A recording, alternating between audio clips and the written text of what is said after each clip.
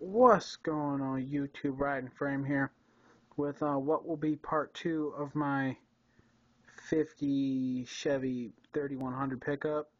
Um, I wasn't going to do a part 2, but I've done a lot of things that I kind of want to show you guys, so I figured I'd do a part 2, and then part 3 will be, a full video of the finished product. Right now you're looking at like a little insert card that came inside the kit, which is actually kind of cool because it's just a picture of the box art, I guess, so you can frame it or something like that. But there's what the truck's supposed to look like. You guys have seen it in mocked up form, but that's what it's supposed to look like.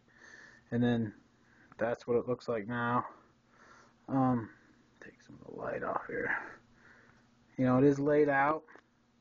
I'm gonna go through some of the little details and stuff and give you guys a peek at all that.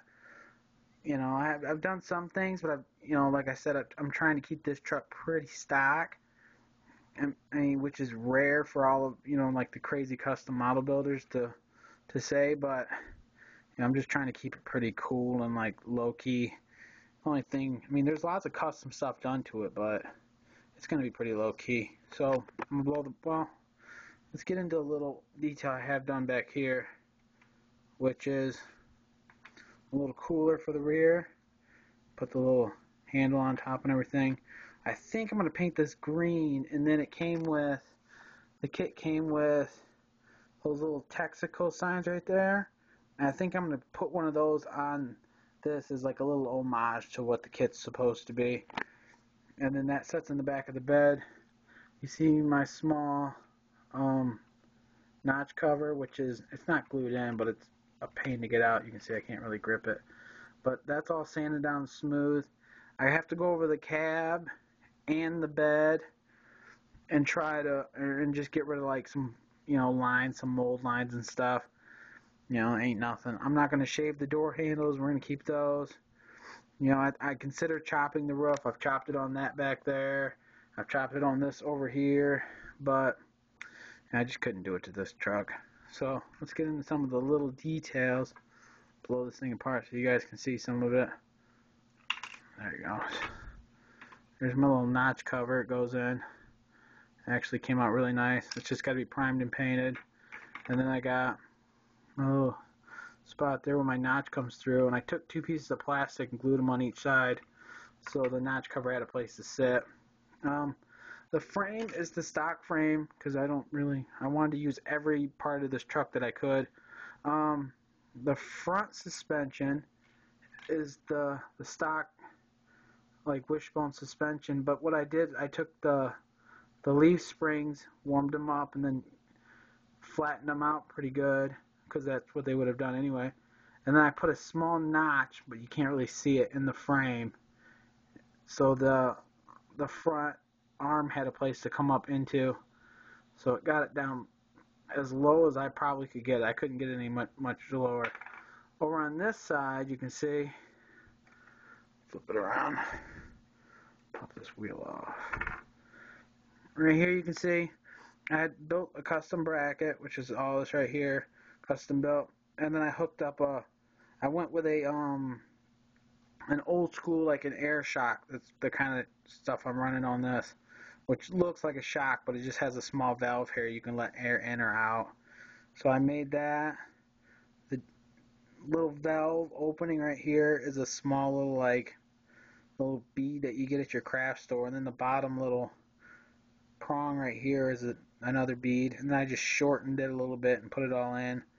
And there's a small little hole like right here where it's got a pin going through it that goes into the front leaf spring. You can kind of see it a little better right there. And I just got to do the other side still. As for the rear, pop these wheels off. The rear, we did some custom stuff. Put a little light over here. Oh, too much light.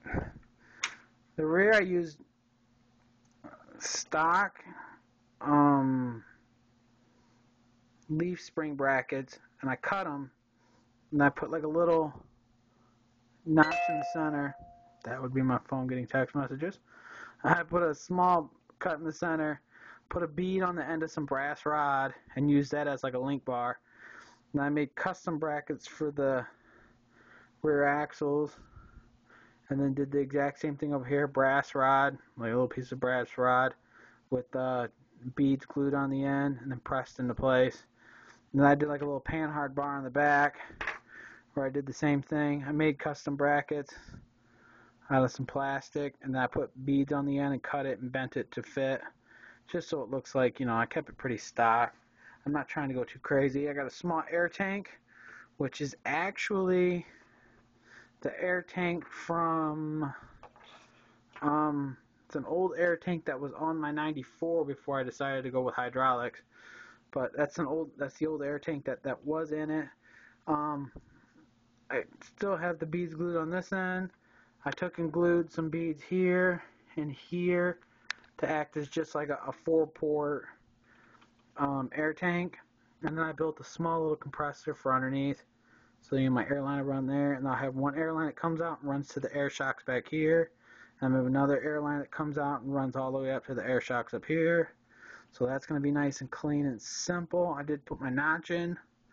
It needed one because it needed to go somewhere. And then I put like a little bridge bar to bridge the two together. Plus, I mean, you know, it makes the frame a little sturdier. I got to build back brackets still. For the rear, they're going to come out, and then I got one that's going to come out, and then my shocks will hit it probably like this or like this. I'm not sure. But I have 2 shocks back here that air will run to. And now I still got to build my section for up here. Put my shock mount in there. The engine is right here. That's going to be stock. It's going to be, you know, exactly how it should be. I've been looking at a lot of like reference pictures and stuff to get the exact colors and stuff and everything I need. I did have to put a small notch in the oil pan, as you can see right there, for the relief for my bar here, because it goes in like that. You know, so it needed some place to go. It was hitting on the bar and holding it up. Yeah, but, you know, just do a little quick over. That's pretty much all I have to do. Next vid will be this all painted and clear coated and buffed out. My engine all painted and wired up and detailed out. I gotta detail some stuff out on the frame. Probably just gonna go with a semi-gloss black on the frame and most of the back stuff. I'll detail out some of the compressor and some of that stuff, but for the most part, we're just going pretty simple and clean with this. I'm going to do the wood bed in the back. I'll paint that to look like real wood. And then, yeah, cream with the brown. And I think it should look really, really nice. And then after that, we're going to get into some other projects. But, so, part 3 of the 50 Chevy coming soon. So, until next time, like always, later.